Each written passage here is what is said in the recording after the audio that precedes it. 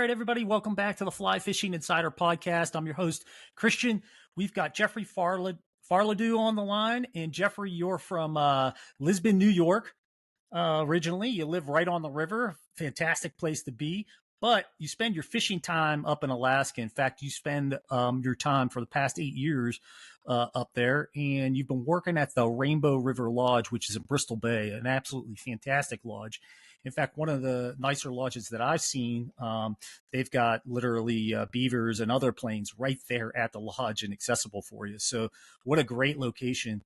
The other thing that I like about the lodge is you have quite a variety of fishing from the main river onward to attack as well. So today's show, we're going to chit chat about Alaska fishing in general. And there's a couple things there. One, I want to talk about guides learning from their clients.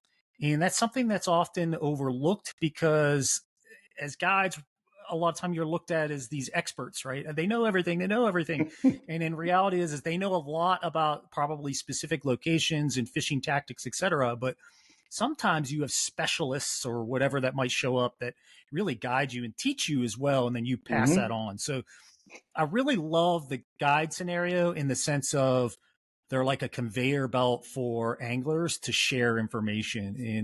And you're going to talk about that in detail. Then we're going to wrap up the show with the seasonal aspects of fly fishing in Alaska. So what season brings and how it brings the feeding tactics for fish. So let's just jump right in here, Jeffrey. It's really great to have you on the show. I know we've talked a few times, missed a few appointments, but hey, we're here right now.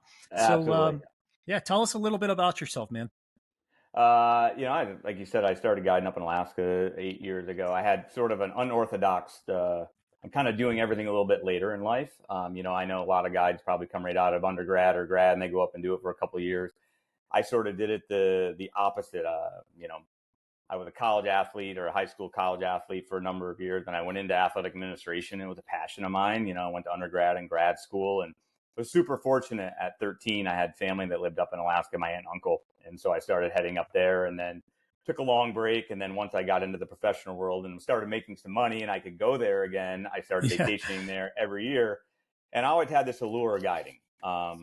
But I had a great job and a great career, and I was really patient about it. So at 35, I started thinking about it. I'm like, okay, I'm going to give this 4 or 5 more years. I'm still feeling the same way. I'm going to do it. And so I can't make this up. I have people to prove it.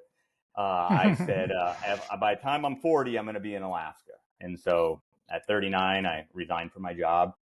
Kind of sold everything and made my way up to Alaska, and I pulled into Alaska on my 40th birthday. And people are like, plan that.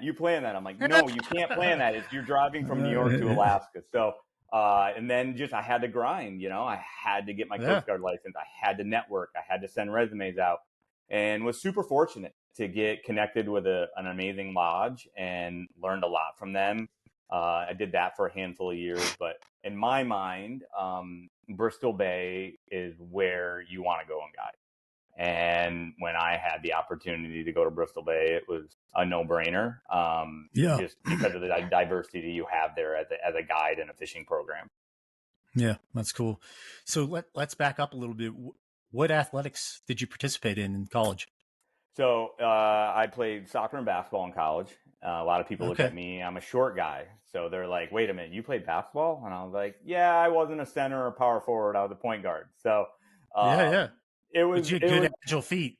I had to be quick and I had to jump and I had to shoot. And people like me, so I like to pass the ball. So I was very selfless in that aspect. But yeah, it was a terrific experience. And so I had athletics in my blood for, up until I was, 39 years old. I did the same thing.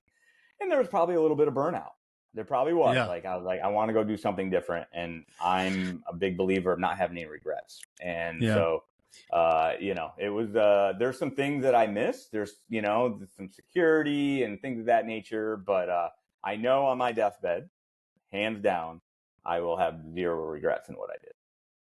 Do you think the process and decision-making process, or let me back up, the decision-making process and the travel process, that you made to go to Alaska was affected by all the training that you had on how to set goals and whatnot from school? Can Yeah, you and talk I think about that's that a little bit? yeah, I think that's a great point. I think as we get older, we have different perspectives, and you have to be a little bit more thought provoking. Like I can't waste time because we can't get time back. That I Right. think is critical. So I'm very selfish with that in a sense where it's like I have to make sure I'm making the right decision here, but sometimes you just have to make the decision first. There Yeah. were some doubts there, like trying to get my foot in the door somewhere at, an older age. But also, too, I think you bring a little bit, a level of maturity, a different perspective on things. And I think that's helped me. But also, too, it's humbling and you have to have humility because I'm showing up at a lodge when there's guys that are 20 years younger than me. And so Right. there's a Right. little bit of competition there. Like, can I keep up with these guys? They got a lot Right. more energy than I do. I got to And go then to you're bed. spinning it. Yeah, I got But to go then to you bed spin early. it too. You're Yeah. like, hey, I'm a seasoned guy. I know my Yeah. stuff. Yeah, you're the young buck. Yeah, exactly. It's really cool. And I got to go to bed earlier than they do, Yeah. like so you have to take care of yourself. I mean, so Right. Right. it was one of those things where people are like, wow, you did it a lot differently than others. And I said, Yeah. yeah, I said, this is my office now, and I'm so grateful that I made that decision. Right. They're up sitting in the hut drinking the Irish car bombs, and you're going, I don't know. I don't know if I want to do this. I'm Maybe I'll have drinking one. I'm drinking I'll have water and one. yeah, I'm Right. drinking Right. water and taking vitamins and going to bed, Yeah. so Your first accident is 6 later, and the next day you're going, oh my God, I should have done that. they can Love bounce it. back a lot quicker. So Yeah. Yeah. Well, I thought it was really cool because when you described it, it instantly reminded me of my athletic days in wrestling, where you would set a timeline. You'd say mhm. this season or in my high school years, I'm gonna accomplish these things, Mhm. and you do have to have that almost attention of no doubt. I'm going to Sure. do this. This is Yep. my goal. These are the things I want to do to accomplish that, and really kind of set it up. So it was cool to hear you talk about that. Let's Absolutely. let's jump into the main topic of the show, and that is learning from your clients, because there really is more to fly fishing than catching fish. And I think we've talked about that on the show from the perspective of anglers, right? Other anglers, but I don't know if we've necessarily talked about it from the position of being a guide and what you pick up and how that comes into play. So tell us a little bit about that, and then let's just dive in and dissect it. You have to understand, like, we have these guests for 6 days. So you have to qualify them pretty quickly in terms of what their abilities are. I think the term that I use is that as a guide, I think one of the key traits we can have is humility. We don't know everything. We have a variety of guests that come up that some have never fly fished before. Some are like we're intermediate. And then we have some that have been coming to our lodges for 20 years that know the river just as well or better than some of us as guides. And Yeah. so I'm a sponge. I'm a sponge with any of them. So I have a joy in taking that person who's never put a fly rod in their hand and watch them progress over the week and talk to the other guides and how they're doing. The ones that are in the intermediate stage where they just need a couple tweaks, and then you really see them take off. And then you Mm-hmm. take the ones where I say, I just turn them loose. I put them in the spots where I think the fish are going to be holding. And it's just like, and their confidence gives me confidence too, Right. where Right. You're like, hey, there's a bucket down here. We want to get you in that bucket. Can you see this? Can you yep, see where the tree is? Can you see where the yep, water changes here? And they're like, I get it, and they start working it. I got a absolutely. quick question on something Sure. like that. Somebody who's like a really good, let's say spay, they swing, they're really good, they understand it. How do you gather that information from? Because it's got to be almost a juxtaposed position for you from a mental side of, well, I'm supposed to be the guy, but I'm going to ask this guy for advice. Do you have some little tricks or innuendos you can kind of share with us to describe that? Well, if I have somebody that's really, really good, I don't start asking questions right off the bat. I watch. and I see, from a two-hander, their hand placement, how they're mending line, how they're reading water. I mean, that's the big thing. It's really important to be able to read water. And if I'm seeing them doing something, or like, okay, why did you start here, or why are you swinging there? And then I'll ask them, because some of these people, they fish all over the world, whether it's in British Columbia, Alaska, down in the lower 48, a lot of steelhead. I mean, I love fishing for steelhead, and I'm always like picking their brains. And fly selection. I have my flies, and they might be like, no, I want to try these. And I'll be like, well, why? And I think that's okay to be a sponge with your client. Because I think that builds a comfort level.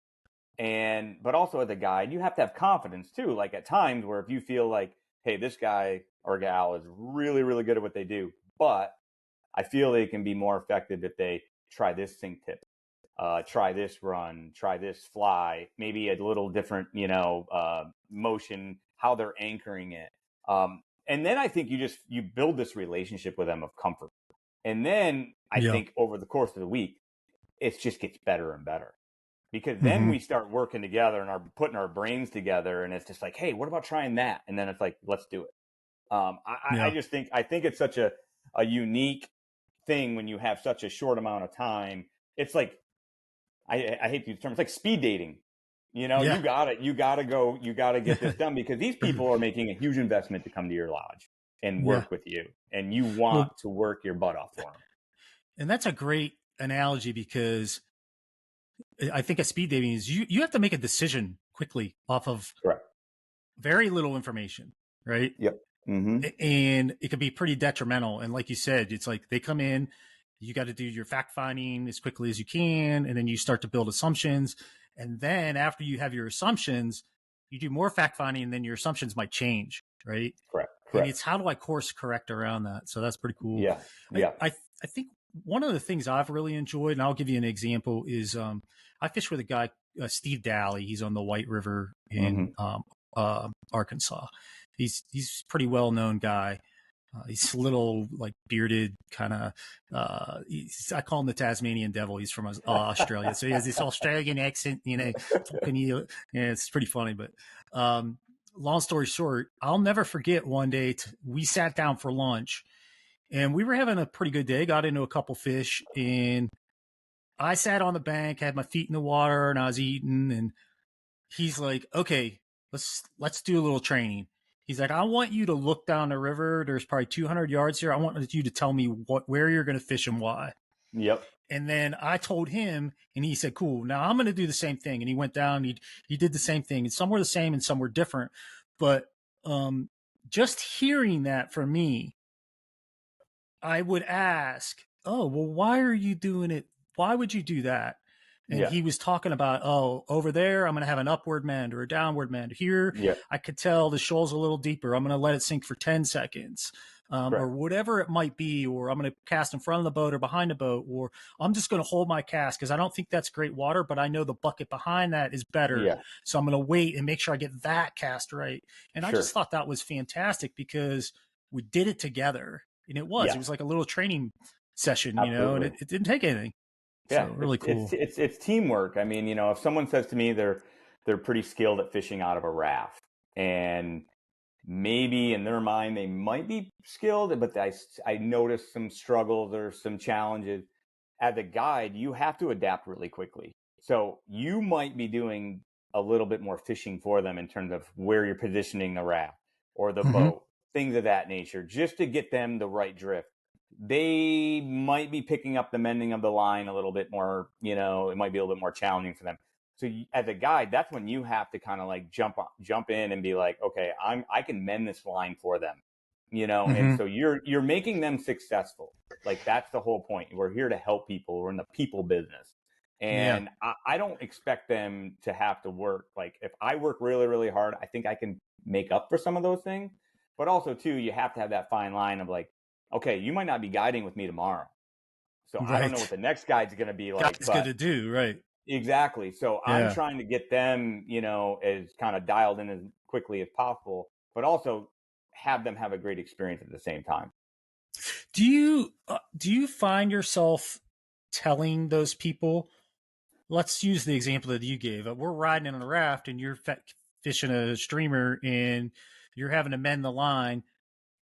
Do you tell them it looks like you're struggling a little bit on the mending, so what I'm going to do is turn the boat this way to help you with that? But you want to practice a full mend, not a half mend, or you want Right. to make sure Yeah. your mend is actually an aerial mend versus an on water mend, etc. Correct. Do you talk through that so that they're aware of it as well? Of like, hey, let me help you. I'm going to help you, but I don't know if I'm going to be with you tomorrow. So we want to make sure you're ready for tomorrow if you need to. And you can tell your guide, hey, I need a little help with my mend. Right. Yeah. I think that's a great point. 'Cause what I'll try to do is because when you're rafting, you only have so much water until you're getting picked up. So Right. you don't want to pass up really good places and opportunities. And there are times where if I see somebody that needs a little help, like I'll say to them, just swing it out there and I'm going to manipulate it for a minute because I know there's potentially fish here. Like I don't want to pass up this spot.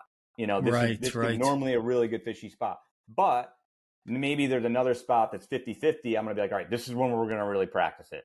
This is this is what I would love you to try to do. And then, it's just muscle memory. And then once they kind of get it figured out, and it gets a little bit more complex during bead season, I try to fish from shore as much as I possibly can during bead season. There are just times where you have to be out of a raft or drift fishing out of a jet boat, like on the Queejack or something. Where that is super, super important. I mean, I had one of my former bosses say, drift fishing out of a jet boat is when you really, really got to up your game guiding, because you're constantly looking at line, currents, other boats. And so you have all these variables going on. And he goes, and at the end of the day, you have to put them in the best position to catch a fish. Yeah. And is a lot of that out of a jet boat because it's so much heavier and harder to move around, maneuver, or is it? Well, like let's just take the Queejack River, for example. It's such a big river. It is almost impossible to bead fish out of that river. And I'd say 95% to maybe 100%, it's all drift fishing out of a jet boat.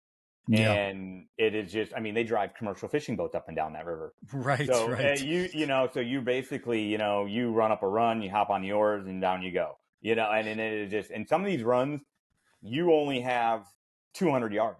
So you have to have, teamwork with your clients getting ready to cast as soon as you jump on the oars, because if they're not ready, the run's over and you're like, well, I got to get back on the motor. Yeah, it's so funny you say that, because I haven't really thought about it like that, but I can recall running up on the Nakdak and how the good guides, they'll tell you, we're going to run up. You see that bush up there? I'm going to get us 20 feet above that, but you got to have your bobber in so you're at depth when we get into the hole. Exactly. And, yada, yada, yada. And now that you say that, I can see where the really good guides, they give you a little extra time at the front. They make sure you're all set up. Are you ready? Those little things. Yep. Absolutely. Really count. I think it's important, I make them sit in a certain spot, and I coach them and show them before we even get in the water. I'm like, this is what we're going to do when we get in there. And so I think it's a great point. I go 150, 100 feet above. And then I'm like, you don't even hook up your bead hook. You just hang on to it in your hand. Yeah. And I'm like, and then we're off and running, okay, drop your lines. All right, let's get in the water. Right. Yep. Okay. Christian, get a little further away from the boat. You're missing the seam. Exactly. Okay. And, river right, river left. Like I might come into another transition and be like, you guys are river left. Now we're river right. And so we're going to cross the river. We're going to do the same thing on the other side. But when I kill the motor, I want you guys ready to put your line in the water, stuff like that. Right. It's just, you're coaching, and that's really and you can never stop. You can never really stop coaching, as much as you possibly can. Or if you get into a good run where it's holding a bunch of fish, it's just like, okay, like we're going to go hit this again and we got to be on point. And, these fish are a little bit, maybe 10 feet out or whatever. So you're constantly assessing, because every run's different. It really is when you come into different fisheries.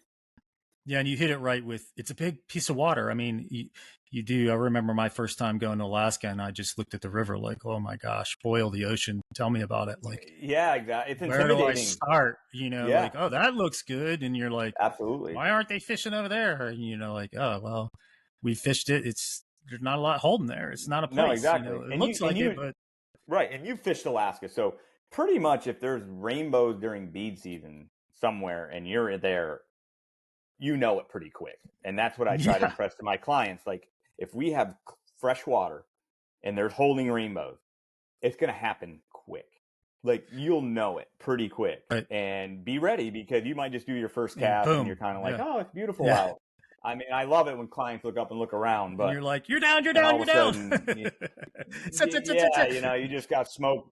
Yeah, you just got smoked by like a 25-inch rainbow, Right. and then, oh wow, that happened pretty quick. Yeah, Yep. it does. So it's super fun when that It happens. is, and the other thing that's very unique is it's such a migratory way of fishing that Mm-hmm. a quarter mile river can be absolutely dead, but a quarter mile above that, the fish moved up and laid eggs, and it's like on like Donkey Kong, you know. It, Absolutely. And then it's quarter another half mile a down, mile up or whatever, you know. wherever these fish just migrate. You know, Yeah. I just like it's the closest thing you're going to get to a steelhead. Yep. I mean, that's really what it is in Alaska. I mean, it's pretty darn close. Yeah. And knowing that, because I could come in on Monday and you're like, oh, we had a killer day yesterday and we were up at the so and so run, and you're like, you go up there in the morning, you do one drift, you're like, nope, they've already moved on. Let's get going. You guys ready? Pull Yep. your rods in, lace up, Absolutely. get Yep. warm. We're gonna hustle up a mile. We're Yep. gonna fish again. Okay, Yep. that's a big Yeah. difference because you could waste all day in that zone thinking, hey, they were here yesterday. Yeah. You know, um, Absolutely. You take the walk and wade trips that you have a 4 or 5 mile trip, and your first 2 miles, you're like, oof, they moved down, mm-hmm. and you just have to be like, all right, we're just gonna walk, we'll hit a couple spots. So it is a chess game. It is sort of like you're constantly thinking like, where are they gonna be today? And every day is different. That's where like, oh, I heard the little coup fished really well yesterday. I'm Yeah, like, it did. that was We yesterday. don't know. We have to go. That was Yeah, yesterday. I used the funny saying, you should have been here tomorrow yeah, if it's slow fishing, because you don't know. And I think that's the fun part of yeah, it. That's like the challenging part of it. And I think as anglers and fishermen, if it was easy, everybody do yeah, it. yeah, But I think, we all want a little hard. I like hard yeah, things. I like to grind. And I think sometimes that's important. yeah. What are some of the other, I think, more technical things that you've picked up from clients? I think a lot of it is, for the clients that have been coming up for years and seeing some of the different fisheries that we go to, is their fly selection. I think people in Alaska can get enamored with the Dalai Lama fly. It's Mm-hmm. amazing. The Dalai Lama fly is, the James Taylor of Yeah, flies. yeah, It's just incredible. And you can get stuck as a guide being like, I'm just going to run dollies in different colors and stuff. But seeing some of these people with their knowledge base and knowing like, oh, I've used these different type of flies, or I've used these different type of nymphs, because the one thing that I love about these fisheries that we go to is they act very much like a lower 48 fishery. Some of mm-hmm. them, you can nymph them, you can dry fly them, the mousing part of it. So for their experiences, and I love it when a client's like, let's try something different. Yeah, Let's just like think outside the box. And when I can get clients like that, where we can be like, I call R&D, research and yeah, development. And I'll be like, you know what? I have this steelhead fly. I started throwing a lot more steelhead flies. And these fish, I'm like, well, you know what? They kind of act like a steelhead. Well, maybe they'll take one, and then you get one on some color and you're like, why is that fish biting that? yeah, And then you just add that to your Rolodex. Like, so I think I learn a lot from them with that. And also sometimes different spots on the river. Like, they've been here a bunch of years and they're like, we really, and as a guide, you can kind of be like, nah, that doesn't fish over there. That doesn't fish over there. And you go over there. I'm very open-minded with clients. Like if they say, hey, I want to try these first, 2 or 3 spots, let's do it. yeah, Why not? Let's do it because it could produce really, really well. But every once in a while, there are times where it's just like, that wouldn't be my first choice, but let's go do it. yeah, And it pays off more than it doesn't. And then you build that comfort level of them, like, hey, they're willing to listen to me. But then there's a point of a guy, and from a guide's perspective, where it's like, okay, we need to go where I feel like they are too, mm-hmm. And then if they both work, it's like high Yeah, fiving and, like perfect. It's a win-win. Right. So I think that you have to have that fine balance. Yeah, I like that because flies are interesting. I don't get enamored by flies that are tied for anglers, right? It's not the sparkle or the color change or the whatever that really draws me in. What really I think draws me in on flies is how are they built differently to affect the motion of the fly. Oh, I use Yeah. this material because this material flows better and I can tie it Mm-hmm. really light and I don't have to use a lot of material. Mm-hmm. Or I Yeah. put weight on it because I don't fish a weighted line and I want to use the fly weight. Those Sure. little things that they do that are different. I'll use the example. I was fishing with a friend of mine this past week or, well, a couple of weeks ago. Mr. Werbs, they call him, Aaron Smith. But we fished this slow, really slow, deep run. And I was having good luck. I was pulling double streamers, and it was a white streamer they were hitting on. And he was fishing Mm-hmm. dries. He wanted to catch some dries and stuff. And it's like, okay, cool. And he came down later on after I had fished the entire hole multiple times with the streamer and had good luck. And I'm talking like, probably 150 yards of water. And he tied on a fly that I'm familiar with that I had in my box. And I just never even thought about it. But he tied on a balanced perch pattern that we fish. And it made absolutely sense. When he said it, I was like, oh, yeah, they're feeding on bait fish. That would be great. But what he did is he put an indicator on and he floated it. And he could get these massive long drifts and really be succinct on where he wanted it at. And he started picking up fish again. And it was like just one of those things. Like, I know how to do that. I have that fly. I've done that before. Yeah. Why didn't I think of that? Yeah. But just seeing how he adjusted and was like, I'm going to try this. And it worked effectively. Yeah. Same scenario. Yeah. And I think this, what we're talking about is confidence. Yeah. And, in confidence in fishing something. I just had this happen 2 days ago, the Atlantic salmon fishing. My buddy, really good at it. Skylar, he guides up in Alaska too. He's running a very traditional Atlantic salmon setup, fluoro, Mickey fins, and I hadn't been up there with him. He looks at what I'm doing. I'm running T11, 12-pound mono, steelhead fly. And I hooked fish with it. And he's like, I would have never thought that would happen. Right, because I do this. And yeah, but in my mind is that's what I'm confident with. Right. I'm not confident what he was doing. Like, I just don't have the comfort level. So I think what you're saying, I think there's a fine line there too. I've been very blessed to work with some incredible guys in the Bristol Bay. And sometimes you can fall into what they're using and you want to use what they're using. And so, for example, I'm on Moraine with a veteran guide who's got 10 years experience and he's running bullet weights and this fly and da-da-da-da-da. And I'm like, I want to run mine, I want to see how it works. And then all of a sudden you run your stuff and you're like, okay, it both can work, but I think you have to have confidence in your ability too. And whatever you're using, you fish it with confidence. Obviously, if it's not working, you change it up or whatever. But I've been very fortunate to learn from them, but also not defer and have confidence in your own ability. And let me hear your perspective on this. I think confidence comes from understanding where your bug is. So I'll fish different setups and I know exactly where my bug is. Is it in the zone? And that is something I reflect on very commonly because I'll go out with buddies. Like, I'll use the example. I went out in Boston with a buddy of mine and we fished at the end of the day. Hey, let's go pick up some rockfish for dinner. Okay, cool.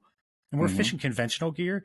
And I had a really hard time. Everybody's hooking up around me. I'm like, man, this doesn't feel right. Like, I can't feel bottom. I can't. And here I raise my bait up. He goes, your bait's too light. That's why. And he just knew you're not in the zone. And it was like the next cast. I could feel the bottom. I knew where my bug was and I was confident and it was the hookup. But it was that taught me a really good lesson about the relation of where are the fish and can I tell if I'm in the zone? Before I just felt lost. Like, what am I doing? Like, Am I in the right zone? Am I far Exactly. enough out? Am I not deep enough? Am I, et cetera? Is that kind of how you get with confidence as well? Yeah, absolutely. Like, I'll use for an example during bead season. I pull into a run. I saw a trout holding there, and all of a sudden, I set my clients up, and one's hooked some fish, the other one's not, and like right off the bat, I'm like, okay, there's got, and I always try to coach my clients and be like, always check your setup. Mm-hmm. Did your bead slide? Did your split shot fall Right. off? And most of the time, I'll be like, hey, check your split shot. Cause I know we have fish in front of us, and be like, oh, the split shot popped off. I'm like, all right, bang, let's put another split shot on, and you're in the zone and you catch fish. I mean, I think the tricky part in one example I went through this year was the American River. It's one of the most beautiful rivers in the world. It's one of my favorite rivers in the world. And the salmon started to die off. And so I've had enough experience on that river. The great thing about the American River, the trout will still be there. If you don't know where the salmon normally had been, you would be, if you went in there blind, you'd be like, well, there's no salmon here, there's no trout. No, they're still there. You had to have just, I say, intellectual property to know that, all right, this is where I'm going to fish, even though the salmon aren't here, because you still have a food source flowing down the river. There's still eggs there. And I think that was an adjustment for one of our younger guides, because he was like, well, last time I was here, there was a ton of salmon. What do we do? And I'm like, we're good. We're totally fine. Like we had 7 miles to hike. Yeah. We're going to find fish. And it's just, it just takes time. I didn't have that. And the first time I showed up on that place, I was like, no pun intended, a fish out of water. Right. I didn't know what I was like. This is a lot of, what do I do? But it's just, you have to be a sponge, and you have to just put time in water. Yeah. Like nothing's going to be given to you. Alaska's hard. Fishing's hard there, Yeah. It's different. You learn how to fish in the lower 48, and you think about the conveyor belt of bugs, but it's the ecology of the flow of the animals and what they're leaving behind that changes. Absolutely. Can you talk a little bit about that from the perspective of the relation between food sources like flesh and eggs and how the substrate and conveyor belt changes that? Do you understand what I'm asking? Yeah, absolutely. Like say during the bead drop, and like how that all sort of changes the system. Right, because you have fish. You have fish come in and they leave, but the eggs are still there. They're still flowing. Yeah, absolutely. Because obviously once the egg drop happens, you're going to get die off, and obviously the eggs are still in there, and there are going to be trickles of eggs just continually flowing down the river. Well, if they're there, the trout are there. There's actually a negative part of too many eggs in the river, and we use the term choke. Like you'll show up to a river one day and you'll just see thousands of eggs floating down the river. And I try not to communicate it to clients, but I'm like, this could be challenging because there's so much food in the river. I like it when you sometimes get a good rain and it kind of flushes everything out to a certain point, and then there's still eggs holding there. And then these rainbows will obviously, like we were talking about, migrate, So if they're the food source, they're going to be keyed in there. And then I'm like, okay, well, if there's sockeyes here, there's going to be sockeyes down below them, because the first sockeyes that come up a lot of these tributaries are going to the highest point. So that's where you start. And then as the season progresses, they slide down, they die off, and then these rainbows start sliding down. And we always talk about it at the lodge. It's like, when are they going to slide? When are they going to slide? And a day or two will go by and be like, okay, that place didn't fish. They're down further now. And by the end of the season, sometimes in certain tributaries, you're not even walking that far, maybe a mile, maybe half a mile. And all these fish are just stacked in this one spot, because that's where the remaining sockeyes are in the food source. Cool. Yeah. I always looked at it as there's still a conveyor belt of food, right? And just like bugs, I mean, bugs hatch in certain areas and then they dissipate, right? But like you said, with eggs and even bugs, they hatch, they're there, but they get their flow changes based upon the flow of the substrate water, the water on the substrate. So you have a hole, well, a bag of eggs is going to come down and settle in, and then it's going to trickle out. And that could last, a week. So learning to read those things too helps. One thing I do want to talk about is you're really fortunate at Rainbow Lodge because you have so much water around you in the Bristol Bay, and Bristol Bay is known for this and that. But a lot of things people Yeah. forget about is all the tributary waters around there. Can you talk about how, hey, we got out on the main river, it wasn't fishing that great today, maybe we had a choke of some sort, so we're going to hit the tribs, and what that offers people as well? Yeah, it's such a diverse program at Rainbow River. I mean, just the us being so fortunate to have 3 de Havilland beavers and a 185, and say the Copper River, which is our home river, which is one of the most amazing rivers in the world. Maybe the water's low, or there's something off about it. We're able to develop a program for our clients to be like, hey, you know what? Everything is within 20-25 minutes from us on the float plane. So, let's go try the Little Coup. Let's go try the American. Let's try the Moraine. We're at those places pretty much weekly anyways. But for the most part, what we try to do is the resources are endless because we're so close. Yeah. Being that close to Katmai, Kvijak's a long flight, but if there's somebody that wants to swing, we have boats over there. We have probably 20 some boats stashed all over Bristol Bay. So we have the access. Maybe somebody's like, I want to go after monster northern pike. We have a lake we fly into, and we go fly fishing for pike. Someone's like, you know what? I want to go catch grayling on dry flies. We got 2 programs for that. So to be able to sit down with people the night they get there, there's some people that are like, I just love the Copper River. I want to be on that every day. Right. If we possibly can, which is fine. We try to accommodate that. The nice thing about the Copper River is we have 3 programs on that river. We have the upper float, we have a middle float, and then we have a jet boat lower program. So I can, if someone loves it that much, they could do the upper one day, they could do the middle one day float, and then they could do a jet boat day. Yeah. Get 3 different experiences all together.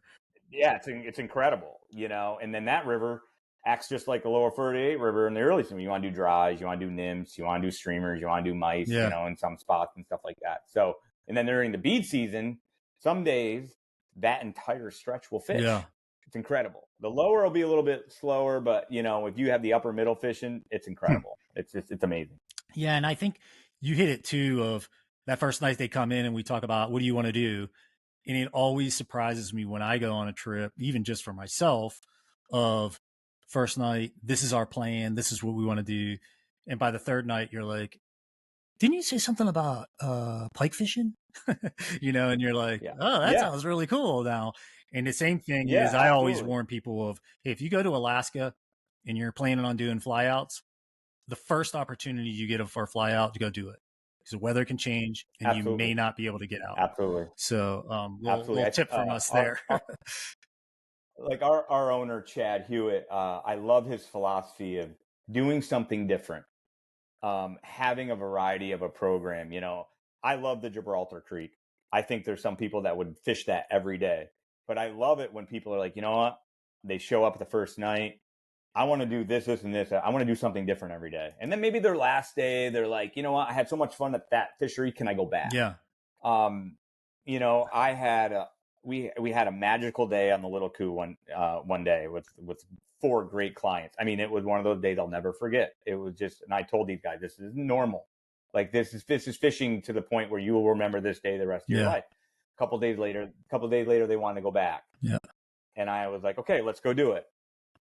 It still fished really, really well, but it wasn't the same magical, what I mean? Like, so I kind of like, I hope that didn't take the shine off the first day. I was still super happy to go back and share it with them. And just like, it was a really unique moment to have them on there for 2 days. But I was like, if I was the angler, I think I would have let that rest. Yeah. I think I was like, I know I'm not going to have that. That was day. So magical. Let's just go do something. Exactly. That's how I am as an angler. Yeah. Like if I had a really good day somewhere, I'm like, I don't want to touch that place for a long time. Yeah. And I run hosted trips with people, and, we get to fish with them, and it's always fun from my perspective because I really want to see them enjoy themselves on their trips. And one thing I always tell them is, remember, you didn't come here for the fishing. You came here for the experience. Fishing is part of the experience, but you came here for the experience. So if you want experiences, now's the time to explore and experiment, because you have a guide who's an expert right next to you. So rather than going at home and exploring and experiencing these things on the side without guidance is going to take a lot Yeah. more effort than it will here. So you'll get the Yeah. fishing in, guys. Don't worry about that. You know, Absolutely. And I think for the most part, people want that direction because, you know, it's a big financial investment. And, you know, we get all different people. This is a trip of once of a lifetime trip. There's people that come annually. There's people that come every 2 or 3 years. Really successful people. And I think sometimes, you know, they make a lot of decisions in their lives on a daily basis from a business perspective. I think some of them are absolutely relieved when they have someone leading them. yeah, And they don't have to make a decision, you know. And that's a one of great our point. one of our clients, Travis, he's the CEO of Browning. He had the best quote, and we are talking about like how you can keep things fresh. And you know, and he goes, "I treat every trip like it's my first day and my last day. Every day I go out, I treat it like that." And that really hit home to me, and it actually really changed my perspective, like mid-season as a guide, where I was like, wow. So if I'm having a tough day, because guides, we don't have our best days every day. Yeah. And I think it's a really a lot of pressure we put on our shoulders to have to deliver somebody the fishing trip of a lifetime every day. It's not realistic. It's not. But you have a good attitude. You work really hard for them. And if, say, the chips didn't fall where they did that day, you can look back on it and say, you know what? We got after it. We worked our butts off. It just, you know, some days we're the bug, some days we're the windshield. That's right. And today we were the bug. You know what I mean? So, you know, that's life, you know? Yeah, it is. It's such a different experience.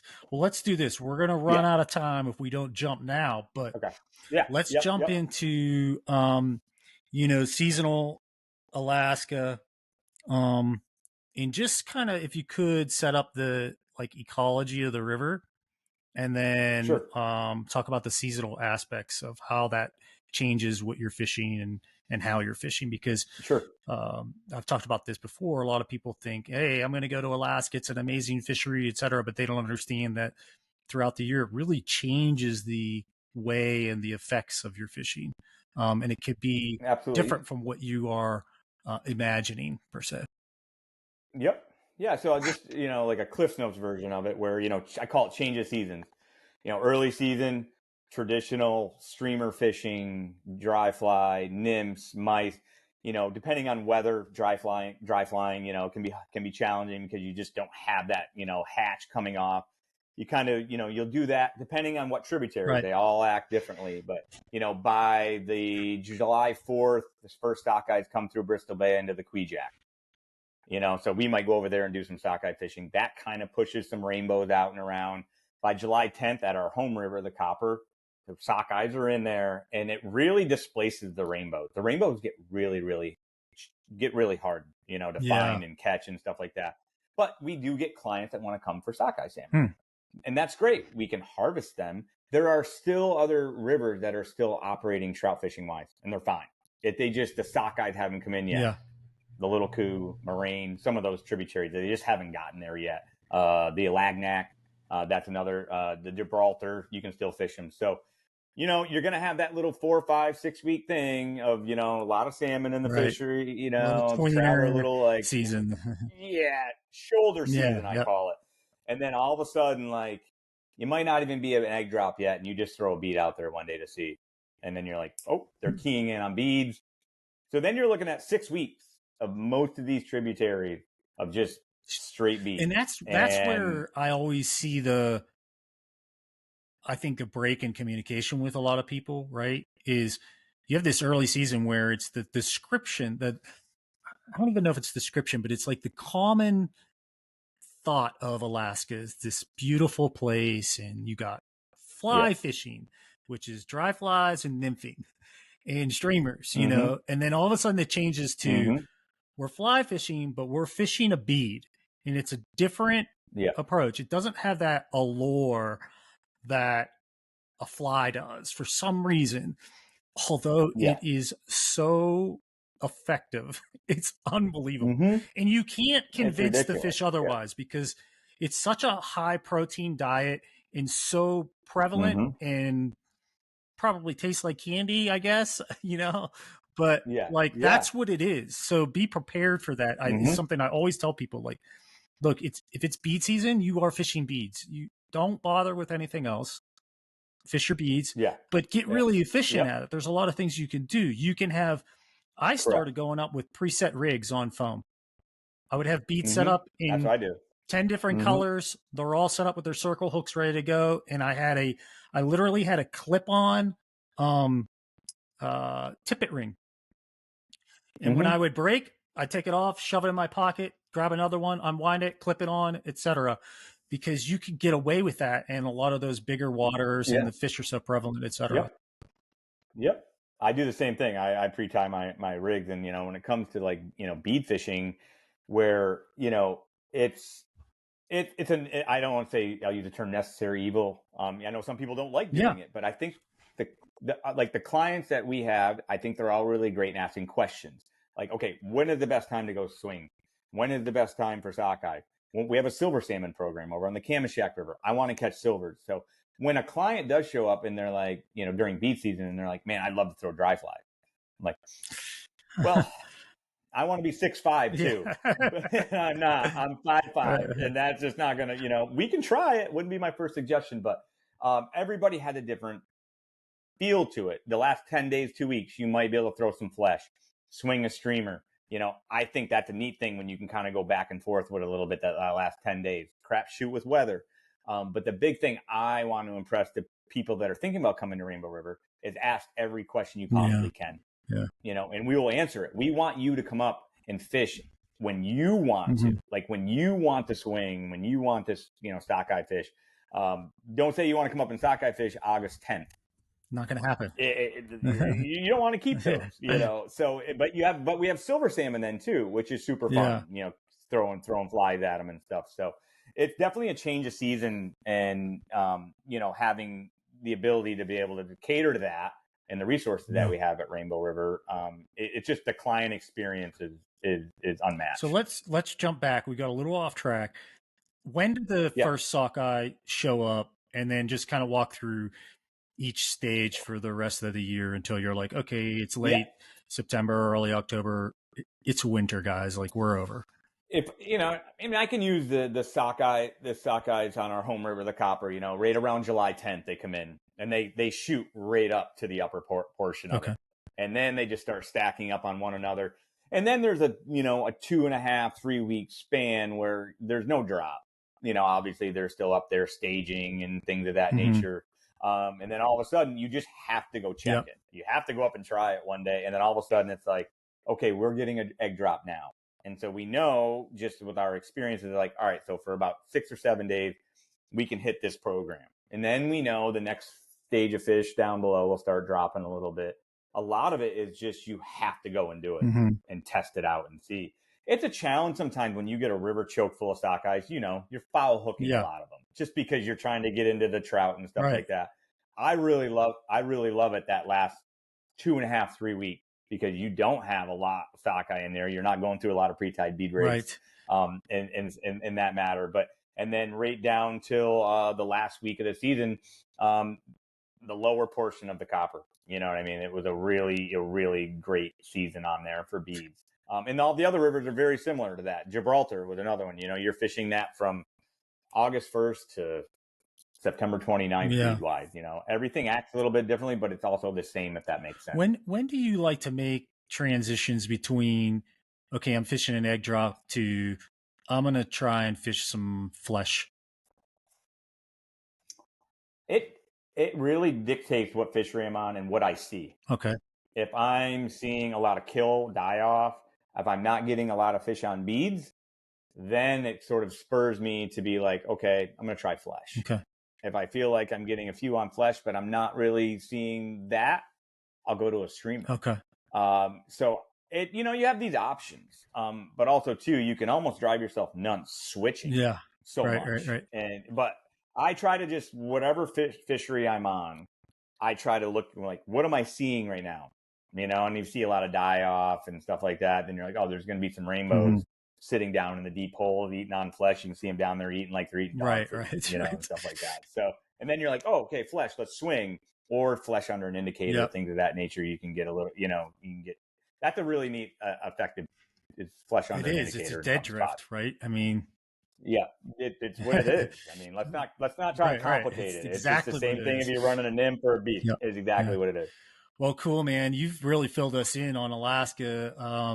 I'm looking forward to hearing how the season has gone, et cetera, and some of our other conversations. But Yeah. before we go, Jeff, I got to know something because I hear this on a regular basis. If you're a guide in Alaska, you've had your fair number of nights eating fish because everybody wants to come up and have their salmon. So I'm going to ask you, what is your favorite fish to eat while you're up at the lodge? None of them. I'm fished out. I am super fortunate at Rainbow River to have an amazing chef and cook. But if I had a choice, if it could get flown in, it'd be halibut. I've been eating salmon since I was like 13 years old. And we do everything the right way at Rainbow River. There's nights where it's just like, I think I might just have a peanut butter sandwich. I don't know. Like, don't get me wrong. Like, cause after you bonk enough fish on the head and you're cleaning them, you're like, I'm not going to eat this or whatever. But, we have some clients that fly in their food sometimes. And, you know, we had lingcod this year, like a fish and chips type thing. It was amazing. And, but you know, no, my favorite fish would be the one I let go. That's awesome. If that makes sense. That's awesome. Because I hear it, man. These guys are like, oh, if I have another piece of salmon, or you're like, well, one night we're going to have salmon, you know, but we don't have to have it, guys, if you don't want it, you know. So, and the only thing I just kind of wanted to end with was that, you know, with the place that I work at and the culture that we have that is so special, you know, we talk about the people business. The one thing I wanted to make sure that I shared with you is that the people business is our guests, but it's also the people in our lodge. They are super special to us. And, you know, we try to treat everybody the same. It's super pressure packed. It's 16 weeks. We want to lose our minds at times, but we're one really big family. And Chad, our owner, you know, he said one time, this is like probably the most abnormal lodge you'll ever work at. That's cool. And I said, I love your abnormal. Yeah. And it's a big family, and I'm blessed to, even at an old age, to get into this and be able to work with people like that on a daily basis. I'm really lucky. Wow, we're still young, man. Really lucky. Let's see this. We're gonna add all the contact information in the notes for you guys, so you can get a hold of Rainbow Lodge if you have some questions, etc. What is it? RainbowLodge.com. Rainbow River, www.rainbowriverlodge.com. You can send us messages down Instagram as well at Rainbow River. You know, it all goes into the same thing, and we can reach out and get in touch with people. Cool. Jeff, thanks again, man. Yeah. Appreciate it.